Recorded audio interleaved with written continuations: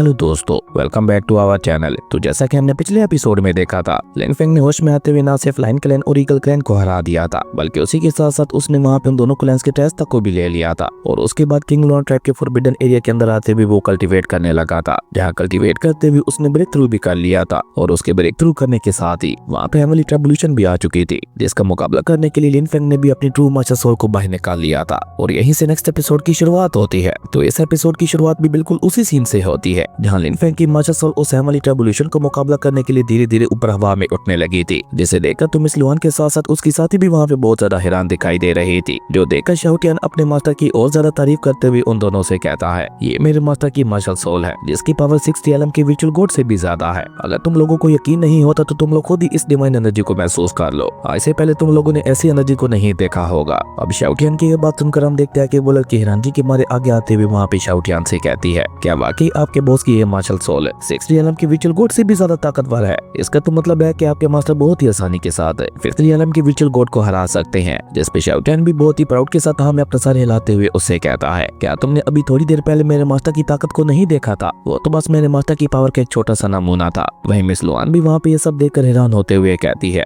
ऐसा कुछ तो आज तक ना तो मैंने कभी सुना था और ना ही कभी देखा था। ये सब तो मुझे एक मिरेकल की तरह लग रहा है। मिस लुआन की ये बात सुनकर शाओ टियान वहाँ पे उससे कहता है कि तुम लोगों ने मेरे मास्टर को क्या समझ रखा था? तुम लोगों को शायद इस बात का भी नहीं पता होगा कि मेरे मास्टर हजारों साल पुरानी डिवाइन फ्लेम्स तक को रिफाइन कर चुके हैं, और वो डिवाइन फ्लेम कोई मामूली फ्लेम नहीं है। सिर्फ वो एक डिवाइन फ्लेम ही मेरे मास्टर को विचुअल गॉड से ज्यादा ताकतवर बना देती है। और इसी तरह के मेरे मास्टर के और भी काफी सारे सीक्रेट्स हैं, जिसके चलते विचुअल गॉड्स तो मेरे मास्टर के आसपास भी नहीं है। शाओ टियान की ये बात सुनकर तो हम देखते हैं कि वो लड़की वहाँ पे बहुत ही ज्यादा एक्साइटेड हो चुकी थी। वो वहाँ पे शाओ टियान से रिक्वेस्ट करते हुए कहती है, मुझे लगता है तुम लोग जहाँ से है वो जगह बहुत ही ज्यादा पावरफुल है, तो क्या तुम इस बार मुझे भी अपने साथ ले जाओगे? जिस पे शाओ टियान बहुत ही एटीट्यूड के साथ उसे जवाब देते हुए कहता है कि वो सब तो बात की बात है, फिलहाल मेरे बॉस को अपनी सोल पावर को रिकवर करने दो। एक बार अगर उन्होंने अपनी सोल पावर को रिकवर कर लिया तो वो तुम्हारी ट्रू गॉड की इनहेरिटेंस को भी हासिल करने में मदद करेंगे। शाओ टियान की ये बात सुनकर वो लड़की, जिसका नाम जी किंग था, वो इतनी ज्यादा खुश हो जाती है कि वो जल्दी से शाओ टियान को पकड़ते हुए उससे कहती है, क्या वाकई तुम्हारे बॉस लिन फेंग हमारी मदद करेंगे? अगर वो हमारी मदद करते हैं तो फिर तो हमें डिमर एलएम के किसी भी घटिया क्लैन से घबराने की कोई जरूरत नहीं है। और ये कहकर तो जी किंग ने वहाँ पे एक्साइटेड होते हुए शाओ टियान को जोर जोर से घुमाना ही शुरू कर दिया था। जो देखकर शाओ टियान वहाँ पे गुस्से से उसे चिल्लाते हुए कहता है कि मुझसे दूर रहो, तुम मेरा सारा हेयर स्टाइल खराब कर रही हो। और ये कहकर शाओ टियान वहाँ पे बहुत ही कूल तरीके के साथ अपने सर के बालों को ठीक करने लगा था। हालांकि वो मुझे तो बिल्कुल पहले की तरह ही दिखाई दे रहे हैं। ये बात भी आज हमें शाओ टियान से पता चली कि परिंदे भी अपनी हेयर स्टाइल ठीक करते हैं। जो देखकर जी किंग भी हमारी तरह कंफ्यूज होते हुए मुस्कुराने लगी थी। जबकि वहीं दूसरी तरफ हम देखते हैं कि लगातार वहाँ पे प्रैक्टिस करने की वजह से लिन फेंग की सोल पावर धीरे धीरे रिकवर होने लगी थी। और जैसे जैसे उसकी सोल पावर बढ़ रही थी, वैसे वैसे ही हम देखते हैं कि हेवनली ट्रिब्यूलेशन का साइज भी वहाँ पे बढ़ता जा रहा था,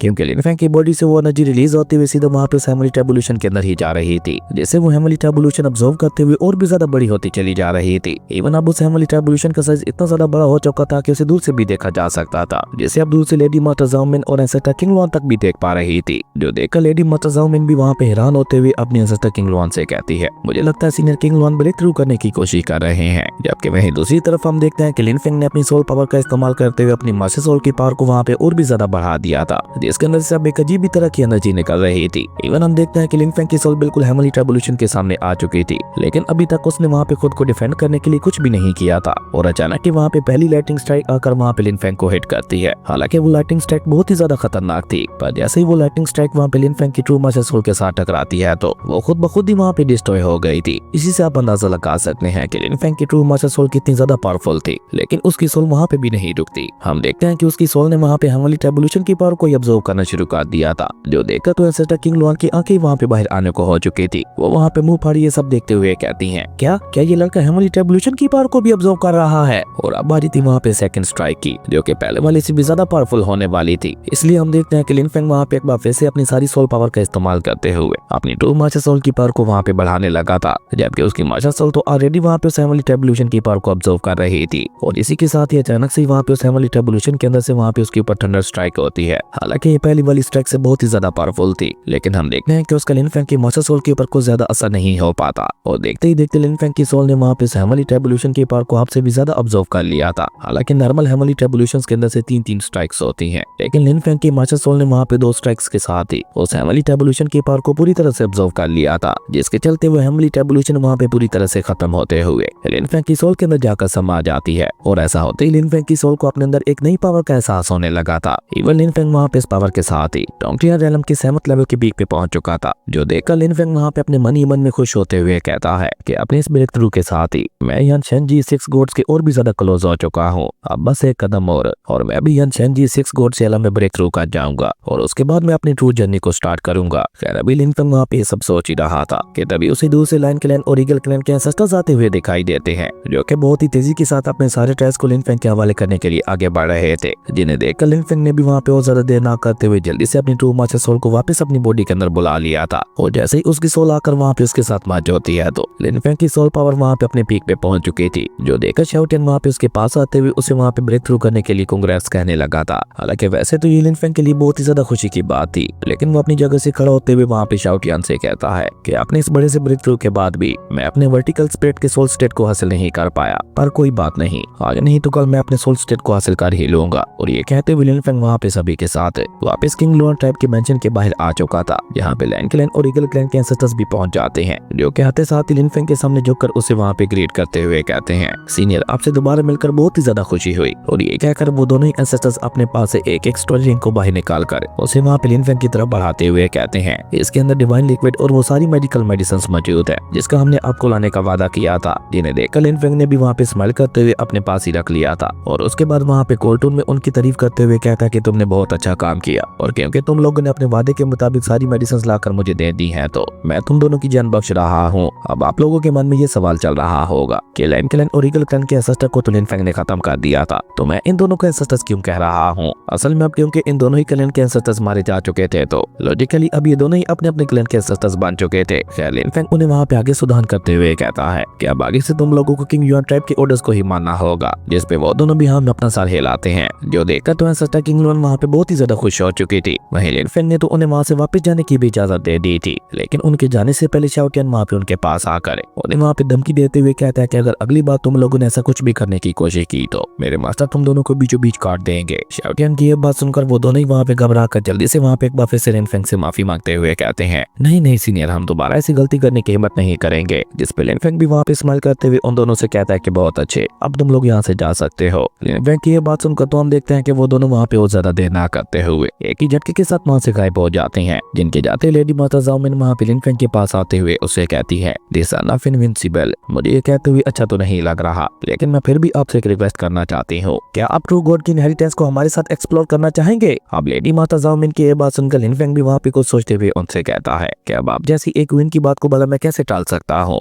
मैं आपके साथ चलने के लिए रेडी हूँ। लिन फेंग को वहाँ पे इस तरह से मानते हुए देखकर तो मिस लुआन और उसकी साथी की खुशी का तो वहाँ पे कोई ठिकाना ही नहीं था, जबकि लिन फेंग वहाँ पे उनसे पूछता है कि हमें कब निकलना है, जिस पे लेडी माता जाओमिन उसे जवाब देते हुए कहती है कि हम 3 दिन बाद निकल जाएंगे। खैर उसके बाद सीन चेंज होता है, हमें 3 दिनों बाद का ही सीन दिखाया जाता है, जहाँ पे लिन फेंग और Shao Tian king Luann tribe के साथ मिलकर ट्रू गॉड की इनहेरिटेंस को हासिल करने के लिए निकल चुके थे। जबकि उस फ्लाइंग बोट के अंदर हम देखते हैं कि मिस जी लुआन की नजरें तो वहाँ पे लिन फेंग के ऊपर ही टिकी हुई थी। वो लिन फेंग को बहुत ही गौर से देखते हुए अपने मन में कहती है कि सिर्फ इन 3 दिनों के अंदर ही सीनियर लिन फेंग एक बार फिर से ब्रेक थ्रू करते हुए डोंगटियान रियलम के 8 लेवल पे पहुंच चुके हैं। पिछले एक वीक के अंदर वो 2 बार ब्रेक थ्रू कर चुके हैं। और ये सब सोचकर मिस जी लुआन वहाँ पे लिन फेंग की तारीफ करते हुए कहती है, सीनियर लिन फेंग आप वाकई एक ट्रू गॉड हो। जिस पे लिन फेंग तो उसे वहाँ पे कोई ज्यादा रिस्पॉन्स नहीं देता, लेकिन शाओ टियान जल्दी से वहाँ पे उसके सामने आते हुए उससे पूछने लगा था, और मेरे बारे में तुम्हारा क्या कहना है, मैंने भी तो ब्रेक थ्रू किया था। जिसपे मिस जी लुआन की बजाय जी किंग उसे वहाँ पे जवाब देते हुए कहती है कि आपके इस कमाल के कारनामे को देखा तो अगर यहाँ पे कोई प्रिंसेस मौजूद होती तो वो अब तक आपके प्यार में पागल हो चुकी होती। और ये कहकर जी किंग वहाँ पे शाओ टियान को पकड़ने की कोशिश करते हुए उससे पूछती है, प्लीज अब तो मुझे बताओ कि आखिर तुमने इतनी जल्दी ब्रेक थ्रू कैसे किया था। जिसपे शाओ टियान उसे वहाँ पे बहुत ही प्राउड के साथ जवाब देते हुए बताता है कि मैंने और मेरे मास्टर ने पिछले 3 दिनों में डिवाइन लिक्विड को पानी की तरह पिया, जिसके चलते ही हम इतनी जल्दी ब्रेक थ्रू कर पाए। पर तुम ऐसी गलती करने की कोशिश कभी भी मत करना, क्योंकि डिवाइन लिक्विड को इतनी जल्दी अपनी बॉडी के अंदर रिफाइन कर पाना हर किसी की बस की बात नहीं होती। ऐसा महान काम सिर्फ मैं और मेरे मास्टर ही कर सकते हैं। अब शाओ टियान की ये सारी बातें सुनकर लिन फेंग में अपना सर हिलाते हुए कहता है, ये कभी नहीं सुधरने वाला। और ये कहकर लिन फेंग वहाँ पे मिस जी लुआन से सवाल करते हुए पूछता है कि हमें जियान टियानहू केव तक पहुंचने के लिए और कितना ज्यादा समय लगने वाला है। जिसपे मिस जी लुआन अचानक से उदास होकर लिन फेंग को वहाँ पे जवाब देते हुए कहती है कि कम से कम हमें वहाँ पे पहुंचने के लिए 3 दिन का और समय लगेगा, पर मैंने सुना है कि जिंगजू फॉक्स क्लैन तो ऑलरेडी वहाँ पे पहुंच चुका है, जिसने काफी सारे गोड्स को इकट्ठा करते हुए वहाँ पे अपना कब्जा भी जमा लिया है। हालांकि हमारे किंग लुआन ट्राइब ने भी काफी सारे विचुअल गोड्स को अपने साथ मिलाने की कोशिश की थी, लेकिन मुझे नहीं लगता उनमें से कोई भी हमारा साथ देगा। और ये कहकर मिस जी लुआन अचानक से अपने सर पे हाथ मारते हुए लिन फेंग से कहती है, अरे मैं तो आपको शेंगडोंग मैंशन के बारे में बताना ही भूल गई। शेंगडोंग मैंशन के काफी सारे लेवल्स हैं जिन्हें पार कर पाना लगभग इम्पॉसिबल ही है। इवन एंशिएंट की के साथ भी उन सभी लेवल्स को पार कर पाना बहुत ज्यादा मुश्किल काम है। मिस जी लुआन की ये बात सुनकर हम देखते हैं कि लिन फेंग भी वहाँ पे सीरियस होकर उसे सवाल करते हुए पूछता है कि कौन कौन से लेवल हैं, क्या आप उसके बारे में मुझे बता सकती हैं। पहला लेवल है विजुअल फ्लेम वाला। असल में जियान टियानहू केव के चारों तरफ पर्पल फ्लेम मौजूद है जो कि थोड़े थोड़े वक्फे के बाद एक टोर्नेडो का रूप लेते हुए बहुत ही ज्यादा खतरनाक बन जाती है और जब जब वो इवॉल्व होती है वो बहुत ही ज्यादा खतरनाक हो जाती है। सेकंड लेवल के अंदर 6 रियलम की कुछ विजुअल गोड्स पपेट्स मौजूद है। इन्हें पपेट्स कहना तो बिल्कुल गलत होगा क्योंकि वो सभी की सभी किलिंग मशीन्स है जिन्हें वहाँ पे किलिंग एरे की मदद से कंट्रोल किया जाता है। अगर हमने उस किलिंग एरे को काट दिया तो वो लेवल तो हमारे लिए बहुत ही ज्यादा आसान हो जाएगा, लेकिन ये कर पाना हमारे लिए इतना ज्यादा भी आसान नहीं होने वाला। अब थर्ड लेवल क्या है उसके बारे में किसी को कुछ भी नहीं पता। वो एक मिस्टीरियस प्लेस है क्योंकि आज तक कभी कोई वहाँ पे पहुंच ही नहीं पाया। खैर इसी के साथ हमें वहाँ पे शेंगडोंग मैंशन के पहले वाले लेवल का सीन दिखाया जाता है जहाँ पे वाकई जिंगयू फॉक्स क्लैन ऑलरेडी पहुंच चुका था। जहाँ पे सबसे पहले हमें फॉक्स क्लैन के एंसेस्टर को दिखाया जाता है जिसका नाम लिंग जुआन था जो कि विजुअल गोड रियलम के 6th लेवल पे पहुंच चुकी थी। उसके बाद हमें जिंगयू फॉक्स क्लैन की एक और लेडी मास्टर है जिसका नाम लिंग जिन लियान था, उसे दिखाया जाता है जिसकी खास पावर थी नो ग्रेविटी और इसका लेवल क्या है वो अभी तक हमें यहाँ पे नहीं बताया जाता। उसके बाद हमें वहाँ पे एक और लेडी एंसेस्टर को दिखाया जाता है जिसका नाम था चू येन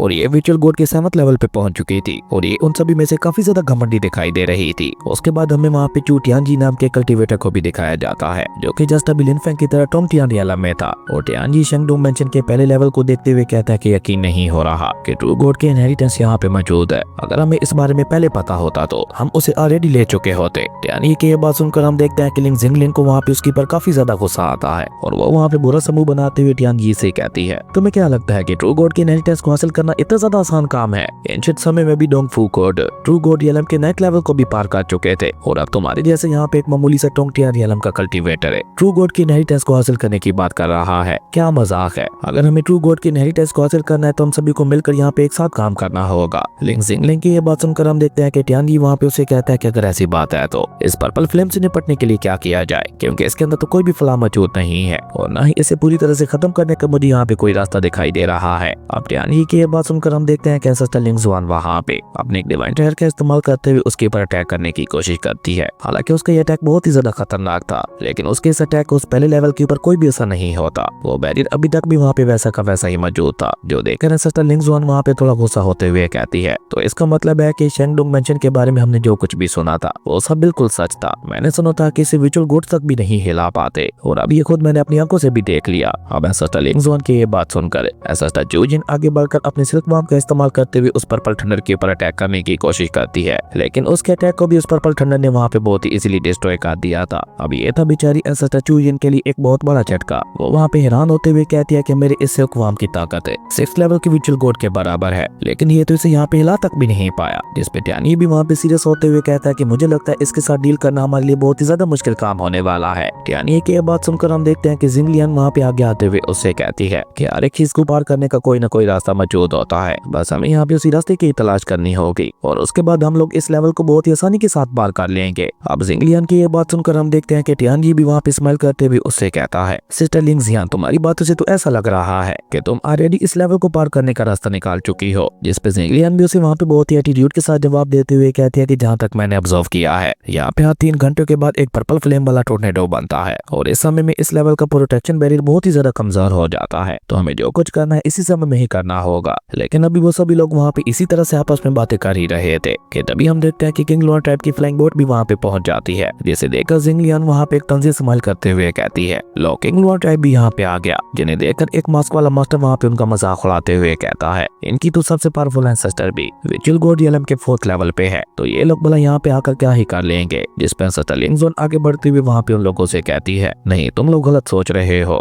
मेरे ख्याल से तो तुम्हें उन लोगों को अंडर एस्टिमेट नहीं करना चाहिए। जिस पे टियानजी वहाँ पे उनसे सवाल करते हुए पूछता है, क्यों आप ऐसा क्यों कह रही हैं? जिस पे एंसेस्टर लिंग जुआन की बजाय जिंगलियन उसे वहाँ पे जवाब देते हुए बताती है क्योंकि आज से कुछ समय पहले लाइटनिंग ईगल क्लैन और लाइन क्लैन ने मिलकर किंग लुआन ट्राइब के ऊपर हमला किया था किंग लुआन ट्राइब से इनहेरिटेंस की को हासिल करने के लिए। जिंगलियन की ये बात सुनकर टियानजी वहाँ पे कमीनी स्माइल करते हुए कहता है, फिर तो पक्का किंग लुआन ट्राइब ने उनके सामने अपनी हार मान ली होगी। जिस पे जिंगलियन उसे वहाँ पे जवाब देते हुए बताते हैं कि यहीं पे तो आकर हम गलत साबित होते हैं। असल में किंग लुआन ट्राइब ने अकेले उन दोनों पावरफुल क्लैंस को हरा दिया था और सिर्फ हराया ही नहीं था बल्कि उन दोनों क्लैन के एंसेस्टर्स तक को भी खत्म कर दिया दिया था। जिंगलियांग की ये बात सुनकर हम देखते हैं कि टियान ये के साथ साथ है। उसके बाकी सभी लोगों को भी एक बहुत बड़ा झटका लगता है, जबकि लिन फेंग वहाँ पे फ्लाइंग बोट के ऊपर आगे आते हुए उन सभी लोगों को वहाँ पे बहुत ही गौर से देखने लगा था। लेकिन उसकी मेन नजरें तो वहाँ पे शेंगडुंग मेंशन के ऊपर ही टिकी हुई थी। और इसी कमाल के सीन के साथ हमारी अमेजिंग एपिसोड यहीं पे खत्म हो गया था। दोस्तों, अगर आपको ये वीडियो अच्छी लगी तो लाइक कर दें और अगर चैनल पे नए आए हो तो सब्सक्राइब करते जाना। तो मिलता है एक नई वीडियो में।